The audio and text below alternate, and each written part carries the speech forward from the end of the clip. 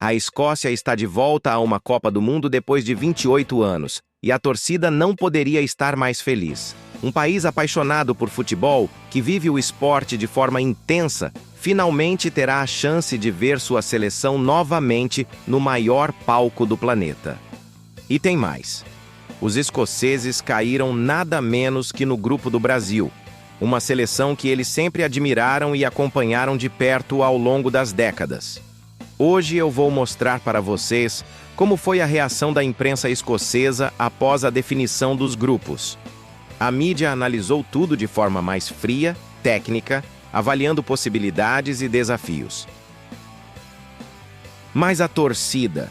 a torcida teve uma reação completamente diferente. Eles comemoraram, vibraram e, acima de tudo, celebraram a chance histórica de enfrentar o Brasil em uma Copa do Mundo. Então fique comigo e veja como os torcedores escoceses reagiram ao saber que terão a seleção brasileira pelo caminho na próxima Copa. Vamos nessa!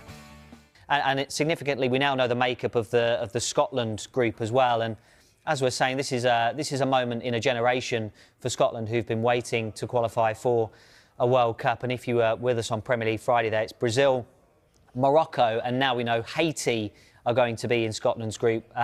Their second World Cup, having been to the Men's World Cup in 1974. I think when you look at the makeup of that group, you suspect that Brazil and Morocco might be the favourites, with Scotland and Haiti lower down in terms of... We've seen that before as well, 98, Brazil, exactly, yeah, Morocco. Yes, and obviously Morocco, very difficult opponents, having got to the semi-finals, and 98, Brazil, Scotland.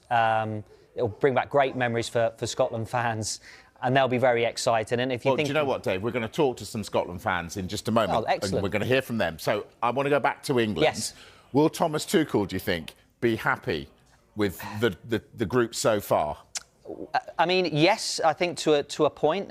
Croatia were the top-seeded side in pot 2, so on paper, the most difficult side that England could have got. So in that respect, and also you think back to previous matches against Croatia, the semi-finals, which obviously went to Croatia's way on that occasion. And then you also think back to the game at Wembley where England failed to qualify for the European Championships, and that might bring back some bad memories for England fans. But I think on the whole, out of those teams that England have now, Panama and Croatia, I think Tuchel will be fairly satisfied. Because England have played Panama before and dispatched Panama before, haven't they? Yes, they have. I think, you know, Panamanian football has improved immeasurably since that World Cup, the exposure of that World Cup in 2018.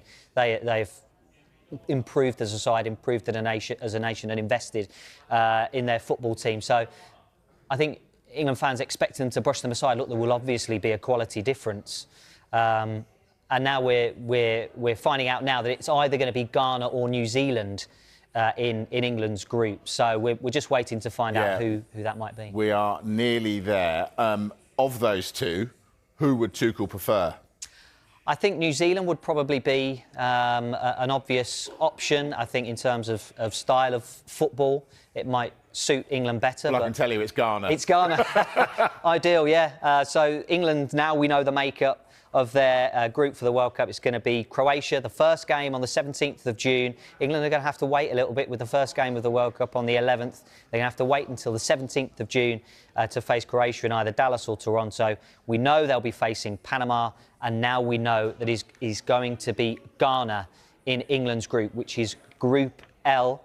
The venues and locations actually for England for the tournament: Toronto, Dallas, New York, New Jersey, Boston, Philadelphia. So if you're thinking about what does that mean in terms of kick-off and are we going to have to stay up late, it's East Coast, so it might help in terms of audience for this World Cup. And we know that Donald Trump and Gianni Infantino are very keen to have as many people watching this tournament as possible. So for England, it feels like there might be some suitable kick-off times. Dave Reed, thank you very much. Dave's put that in context. Well, I mentioned Scotland. I said that we were going to speak to some fans. It's their first World Cup since 1998, and it's déjà vu. They will face Brazil and Morocco like they did in 1998. But their first game is against Haiti. Well, Iona Ballantyne is at a watch party in Glasgow and joins us now. Iona, what's the reaction been? Deja vu indeed, can you believe it? There's been so much excitement, plenty of cheers here tonight with Scotland were drawn in Group C with Brazil, Morocco and Haiti. I'm joined by two fans now, Gordon and Blair. Now Gordon, a repeat of the 1998 World Cup almost with Brazil and Morocco. You have memories of that, can you tell us about it? I do, absolutely. So France 98, I was 9 years old, and that was basically my first moment of falling in love with football. I fell in love with the national team. The 98 World Cup kit was my first Scotland kit, and it's just so exciting to see us back on this big stage, and a whole new generation of young people will get the opportunity to watch Scotland at a World Cup. You just showed me a picture of you in that kit when you were 9 years old. That's so special. But Blair, for you, no memories of 98, because this is your first World Cup. How special has this been? No memories of Scotland at all, to be fair, until the last couple of years. I mean, this is just incredible. Wow. I was born in 2002, so I could only dream of this moment, and for this to happen, my voice is gone like that. It's just that I don't know what to say. This is a dream come true. I'm really in heaven right now. Honestly. What was your reaction to Brazil, Morocco and Haiti? It's just, this place just exploded. Like, the draw wasn't even made. As soon as the Scotland name came out, the place just exploded. We didn't even know who we got. It's just, we're so happy to be in the World Cup. 27 years. We got Brazil, Morocco. Of course, it is a repeat of the 1998, but as I've said, it's a chance for redemption. It's a chance to get back. And listen, it's not the worst group, is it? Gordon, how tough is this going to be? It's going to be hard. Like, honestly, it's going to be very hard. Like, Brazil, they know how to do this. They'll probably cope better in the heat than we will. Morocco as well, a very, very good team out of Africa. Pulling Haiti out of pot four, I think that's maybe the saving grace. Obviously, we know that third place teams are going to go through. That's what has to be the focus. You know, we've done this for so long. We've been to so many World Cups, so many Euros. We've never been to the knockout stage of a tournament, and it's the holy grail. It's just waiting for this team to write themselves into legend.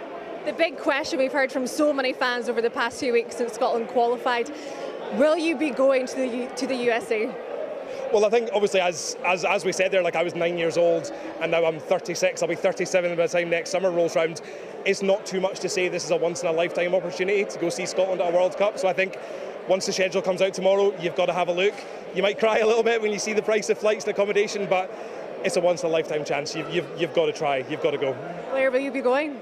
I booked my flight yesterday. I'm off. I'm going to Orlando, so I'm going to go and stay with my friend. He's over on a football scholarship over there, so I'm going to get a few days rest up, and it'll be Scotland mode. Listen, I was never missing out on this. Like, this is, I've waited my whole lifetime for this. You've seen it during the Denmark game. I've only seen my dad cry twice, and the second time it was at Hampden Park. I mean, that says something in itself, you know. Incredible time, and there's no way I'm missing out on it. And so many others will be joining us. Money replaces, memories don't. And how special to experience all of this with Scotland right now. It's like you say, kind of a once in a lifetime, but it's so special to be a part of. I think as well, like, just when you look at football nowadays, like, international football is one of the most purest, romantic forms of the game.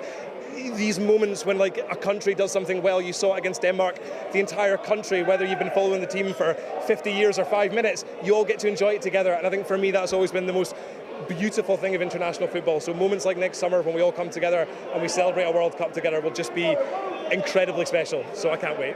Gordon, Blair, thank you very much for joining us tonight. You can see behind us just how much the fans are loving this tonight. Scotland drawn in Group C, Brazil, Morocco and Haiti.